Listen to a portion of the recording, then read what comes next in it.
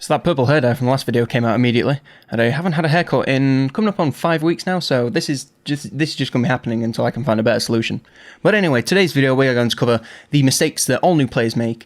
Upon starting any game, you're bound to make a bunch of mistakes. It's just how it works. And a game that's as complex and complicated and other words that mean the same thing as Total War Warhammer 2, and any of the Total Wars for that matter, you're bound to make a whole host of mistakes that can cripple your development in your personal campaign and in the game as a whole. This video is going to attempt to cover the most common of these mistakes, in my opinion, and it's going to hopefully help you to avoid them if you're thinking of picking up the game or if you've just recently picked it up already. Veterans of the game can also learn a thing or two here, because some of these mistakes, they plague even my campaigns, they plague many a campaign if you let forgetfulness get the best of you. But without further ado, let's get into this. Now, just so we know, these aren't in any particular order, this isn't a top 10 or anything, there's a bunch of mistakes, but I'm not really putting them in any particular order of severity, since they're all pretty much the same. But our first mistake is starting or getting into too many wars. Now, it can be so easy, especially with how the AI can just ask you to join a war, and if you don't know what you're doing, and you accept all these things, you can end up in an unreal amount of wars, and before you know it, the entire world is at war with you, and all of your allies have cut and run and declared peace, and that's it, it's just you, the world's coming on you, there's nothing you can do. It's also very easy if you want to declare war on a certain faction,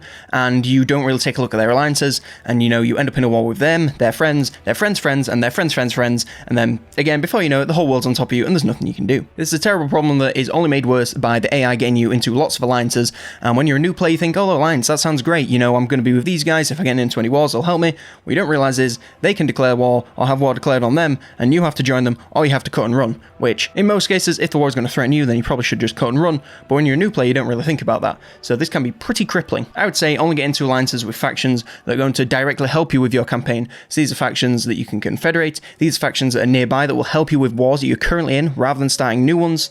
And other than that, I'd say just get, non-aggression pact, trade agreements, up until you get right to the end game and you need a Giga Alliance, and you know that you're going to trust these people, and you know you're going to be in a Giga War anyway. You just need to make sure that you're not the only person that's fighting in this Giga War. Some very good factions to avoid getting into military alliances and defensive alliances with are the Vampire Coast, because they declare war on literally everyone. The Rats, they're likely to declare war on you, your friends, everyone on the map, because they're backstabbers. Norsca also like to declare war on everyone, especially in the end game when they want to tear up and down the Empire and the Bretonnian coast. To be honest, pretty much every evil faction is a pretty bad bet, but when you're an evil faction yourself, it's pretty hard, so you need to, pick and choose and break alliances when you need to. Now, this next mistake, this is one that kind of can go a lot of ways, and it's poor money management.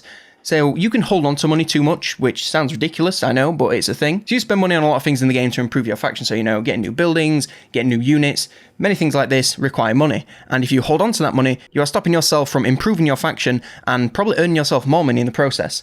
Especially in the early game, it can be so scary when you're down to your last 100 every single turn, but for the most part, that's pretty much the best way to play, so that you can, stack up your armies, stack up your buildings, and just get as much money coming in as possible. While it's important not to run out of money, go into the red, and have a nice bit of surplus for a rainy day, it's also very important to make sure that you're not just sat on a whole pile of it when you could do something very productive. Thing is, if you spend all this money on an army, and then you go to war, and you get loads of post-battle loot, get more settlements, then that army is paid for itself many times over through the course of just a few battles. So it's always, always, always worth spending your money on something. If there's literally nothing to spend your money on, like you're just at the end game, you've got all the buildings you want, you've got as many armies as you want, then fair enough, but pretty much any other part of the game, you want to spend it. Now, the other end of this is spending too much and putting yourself in the red.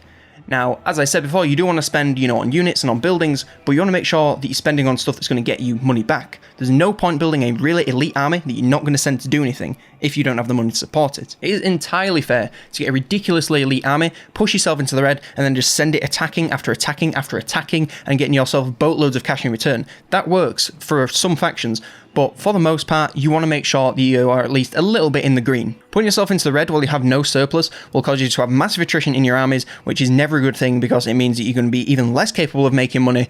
So if you're in the red, disband some units, get yourself back into the green, and then get those units back later, unless you can use those units to get yourself more money. See what I'm saying here? You need to use your money to make your money. Another trap that people fall into with money is they spend it on elite buildings like the purple advanced military buildings. It can be really tempting to think, wow, 10 grand and then I can unlock these units, that's amazing. But if you don't have the money to support those units, you're just going to wait around for a bunch of turns, get 10 grand, spend it, and then not be able to use anything. So you're better off waiting until you have the money lying around and then use it. Now, something that can plague even the most experienced of player is overthinking every single turn. it's something that you kind of need to just grow out of when you play in Total War, because, you know, you get to the end of thinking, right, have I moved my armies? Have I built all my buildings? Have I, you know, initiated as much diplomacy as I could? Have I made enough progress on my missions? Have I done this? Have I done that? And there are so many things that you can end up wasting, you know, 10, 20 minutes on single turns, which is okay. There's nothing wrong with that. You know, you can play at your own pace, but you're going to be wasting yourself a lot of time, and you're going to be doing the same things over and over and over again because you're going to be over-checking. There is, of course, a lot to do, but for the most part, once you've moved all your armies and built any buildings that you really want, you can pretty much get away with ending the turn right there. I forget to do stuff at the end of turns all the time, and when you're not in, like, you know, the critical turns, you know, where someone's going to take your city, or you're in the early game, you really need to optimize every single turn, it doesn't really matter. You can just do it next turn. It's not going to make that much difference. Also, if you have super pressing notifications, they'll show up in the bottom right over the end turn thing. So, you know, if you need to spend any skill points, move any armies, move any characters, upgrade any settlements, it will show up in the bottom right, so you don't really need to worry about it. And if you really want to check every single army and every single settlement, click on one, click those arrows, it will cycle you through every single settlement and every single army and hero, and then you're done. Okay? Now, this is something that many of us can fall into the trap of. Even when you've got so much experience in the game, it's committing to a failing campaign. Now, while most campaigns can be saved, just look at Legend of Total War. He has saved many a campaign, many a battle, but he's, you know, he's in a league of his own. That's why people send him those saves. Don't send them to me. I can't do anything. When you start out, it's not very likely that you're going to get out of some of these nightmare scenarios. Like, if you know you have one settlement left, you have a really tiny army, and you've got 6 factions coming to take you out, there's pretty much nothing you can do about that, unless you are, as I said, the King of Cheese, Jeff himself. It's probably better use of your time to either load up an old save, or start your campaign over and just learn from those mistakes. Something that I do that helps me out a lot, especially when I'm making videos for guides, is I auto-save every single turn. So if you just go into the save menu, you click on auto-saves, it will save at the end of every single turn. So if, you know, the next turn begins, you're like, oh my god, I'm completely screwed, I should have done this last turn, you can go back, you can do it, you can go back as far as you want, so you don't really have to lose all your progress. Say, you know, 200 turns deep into a game and it all starts to go wrong, you can just load back 50 saves rather than having to go right back to the start. Some people say it's save scumming, I just think it's saving yourself a lot of time. Now, of course, committing to a save file that is pretty crippled can be extremely rewarding if you manage to pull it back. But again, when you are brand new to the game, it is very unlikely that you're going to be able to do this. As a new player, I'd recommend starting off a few campaigns before setting out to complete one. I played a whole bunch of Lizardmen campaigns, I played a couple of Skaven, Dark Elves and High Elves before I committed to finishing my first High Elf campaign, and I was like, you know what, I'm feeling pretty confident, let's go complete some others. Starting off this many campaigns is useful for a few reasons. For the most part, the early game has some of the most difficult gameplay that you're going to experience in the entire campaign until you get right to the end. So if you get really, really good at this, it's going to train you up so that once you get to the early game, you're like, bang, done that, right, let's get to the mid game, let's have the good stuff. For the most part, you need to fight the majority of your battles, since auto-resolving at this point won't really work because you don't have a bunch of stacks. This will of course force you into training yourself to be better at battles, which is never a bad thing. If you play the same faction, it will allow you to try out different methods, different expansion options, and then pick the best one that works for you. If you play as different factions, it'll give you lots of variety, and while it may be harder to learn each individual faction by starting many different campaigns this way, it will give you a bit of insight into how they work. And in my opinion, it's much easier to take down a faction once you know how to play them. One little one that I've just kind of thought up on the spot is auto-resolving all of your battles. I am definitely guilty of this because I just see it as a massive time saver, and, you know, it saves me the loading screens, it saves me the assault if I'm going to lose a battle, but manually fighting your battles can severely turn the tide. The auto-resolve, it just sees the balance of power, and that's it. And most of the time, it gives you a massive disadvantage anyway. If you manually fight all your battles, you're going to save yourself a bunch of units if you do it correctly. You can win against overwhelming odds. It's totally worth doing.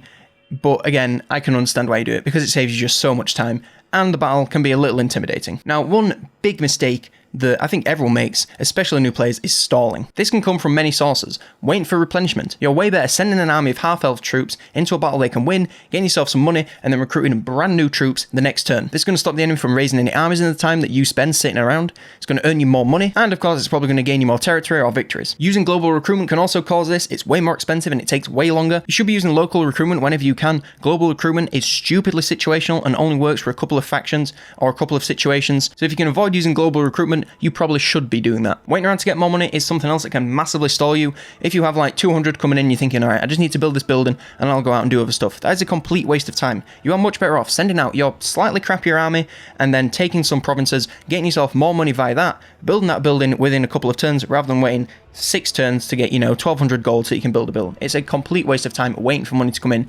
It's much easier to actively gain money, at least for the most part when playing the majority of factions. Now, another massive mistake that new players can make is neglecting diplomacy or just mishandling it. As I mentioned before, getting into a lot of alliances can really screw you over because, those alliances can pull you into wars and nobody really wants that. But completely ignoring diplomacy can screw you over, possibly even more. Not getting into any alliances or pacts with anyone will leave you alone with no allies, and then the entire world can declare war on you and no one's going to come come to your help. If your enemies form a Giga Alliance and declare war on you, no one is going to ally with you at that point, so you need to get your alliance set up before the Giga War starts. Now again, any trade agreements with anyone can severely screw you over. Trade agreements for most factions can net you a massive amount of money. I was just playing the Dark Elves. I was earning over 9,000 gold from trading alone. That is more income than some factions can make in total. So if you completely neglect trade, it is a massive mistake. Having poor relations with factions that you want to ally with or confederate with can really screw you over. I'm not saying you need to give money to these guys and declare all their wars, but, you know, at least having non-aggression pacts, trade agreements, maybe joining the occasional war, getting them to join yours, all this helps to build a relationship, and if you want to confederate these guys, it's going to make it much easier down the line, rather than if you have not spoke to them the entire game and then you all of a sudden want to confederate them, because who's going to accept that? Basically, ignoring this massive part of the game is a total mistake, and it will completely screw you over. I know it's called Total War, but with war there comes diplomacy, and you really need to pay attention to it. Now this is possibly going to be a controversial one, because some people might not see this as a mistake, but I personally do. Now this is playing Mortal Empires first. Yes, I know, Mortal Empires, it's the big sandbox, it lets you play all the factions, and it is so cool. It is the coolest piece of strategy gaming that I have seen in a very long time. But it is much harder to get into than the Rituals campaign, and here's why. The Rituals campaign gives you direction, it gives you objectives, it says you need to get these shards or these scrolls or whatever faction you're playing, and you need to, you know, progress, do the rituals, fight this battle, you win, congratulations to you. How you go about it, it kind of lets you figure that out, so it lets you figure out how to expand, but it gives you a direction, it gives you objectives, and that is much better than just throwing you into a sandbox and saying do whatever you want, because that can be extremely overwhelming. Again, if you're one of those people that just likes the sandbox and likes deciding what to do, that's good for you, but for me, I kind of like a bit of direction, so it, you know, it can guide me what to do, so I'm not just declaring war on all the wrong people. For me, the first campaign that I ever completed in Warhammer 2 was Tyrion doing the Vortex campaign, and I recommend that you choose this campaign if you're starting out.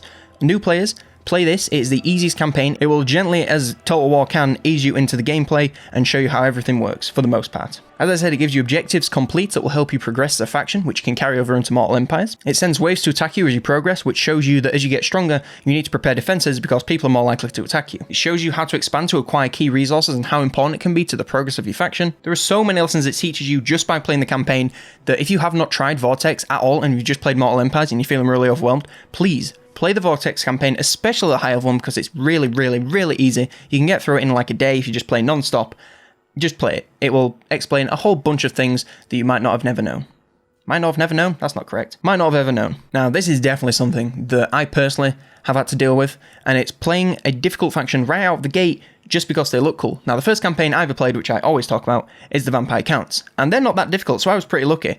But say if your favourite faction is, you know, the Beastmen, the Warriors of Chaos, the Wood Elves, the Rats, there's a lot of gameplay mechanics that you have to pick up. Skaven, for example, they have so many gameplay mechanics, they are very interesting, they're a very deep faction, and you can get a lot out of them when you play them, but on the other hand, they've got a lot of gameplay mechanics that you need to learn, and if you don't learn them, and you can't pick them up, you're going to have an awful experience. Like the first couple of games I played as Skaven, hated them, still don't really like them to this day, but once you get your head around playing them, they are actually pretty easy, and they are extremely effective if you know what to do. A couple of factions I would recommend that are really easy is the bloody High Elves, because they are stupidly easy, especially on the Vortex campaign, the Dwarves, the Empire, pretty much most of the good factions, apart from Bretonia, are pretty easy for the most part. Maybe not the Wood Elves, but, you know, they're kind of morally questionable anyway. And again, this is something that everyone does. You see the wide selection of characters and factions, and you think, oh my god, these guys look cool, I want to play as them. And then you play them and you're like, oh my god, these are terrible. These are so complicated. Why did I pick the Wood Elves? No one picks the Wood Elves, alright? No one does. I know I got a couple of comments saying people play the Wood Elves with SFO. Does anyone play the Wood Elves on just unmodded game? Because no one does. Alright, no one. Of course, if you like banging your head against the wall, you can eventually overcome this learning curve, but it's going to be much easier to learn and much faster if you play an easy faction like the High Elves, the Empire, or the Dwarves. So I'd recommend that. Now, something else that I myself end up falling into time and time again is underestimating the effects of climate. Now, every single faction in the game that can inhabit settlements has climate preferences, and these are listed in suitable, unpleasant, and uninhabitable. Suitable, just fine, just standard building. Unpleasant, you get some small debuffs. Uninhabitable, you get severe debuffs.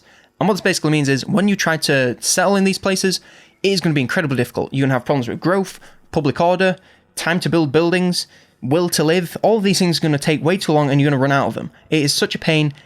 If you can avoid it, then do. But if you can't avoid it, then just make sure you have enough money and time to throw at the problem, and enough armies to just sit there so the public order doesn't fall to pieces, or you can just kill the rebellion army that turns up. But yes, settling in a place that has the red circle next to it, big bad. If you can avoid it, avoid the big bad. Settling with green places, big good. Do this. Don't even have to think about it for the most part. Orange places, It kind of depends, really. You can do it, you can't do it. It just kind of depends what the weather is that day. Now, not keeping an eye on public order, this is another one of those things, it's kind of tied into the climate, but if you let your public order get terrible and you don't do anything about it, that can be so bad because you get rebellion armies, and if you don't have an army that's nearby to deal with that rebellion army, or your garrison can't deal with it, you're pretty much guaranteed it's going to raid. Oh no, my light went off. Oh my light. So if you don't have an army there to take care of it, they will raid the region, take a bunch of your money, and then eventually they'll attack the settlement they came from, and more than likely they'll just raze it to the ground, which if you have a pretty big settlement, that is a humongous pain in the ass, so try to avoid it as much as possible. Get any buildings that will improve your public order if it is bad. A good thing to do as soon as you take over a province is hover over the public order icon, see what's affecting it. So you got the -10 from provincial instability, that'll go away turn by turn. The conquest, that'll go away in one turn. You want to look at it and you think, am I going to be in the green here if I move my army away? And if you are, then great, move away. If you aren't, you might want to build some buildings, keep your army there for a little bit longer. But yes, public order, please make sure it's green, because if it isn't, you will regret it. Now, of course, the biggest mistake that you can make as a Total War player is not subscribing to this channel and getting the most hot guides this side of the internet. Sorry, Zilbrad. Not Zilbrad, that's the Overwatch guy. Sorry, Zerkovich. I'm the king now, JK. Send no hate. Zerkovich makes very good guides. So do all the guys. I'm very pleased to be a part of this community. I'm so proud of this community. 7k subscribers. Pretty epic. Appreciate that, bros. So yes, be sure to join Colonel's Recruits very soon. We're going to be drafted pretty soon. We're going to fight this Rona together. We got this. Yes, thank you for watching this video. I hope you enjoyed it. I hope if you're a new player, some of these mistakes that you think, oh my god, I was making that all along. What have I been doing? Hope this helps you. For any veteran players, hope I found something that, you might not have seen before. If I did, be sure to leave it a like. If there's something that I missed that you think players should know about, be sure to leave it in the comments, leave a dislike, all that stuff. Appreciate it very much. But yes, that's all from me for today. Hope you enjoyed this, and I will see you in the next one. Dark Elf Guide coming very soon. I promise. Now let's dance.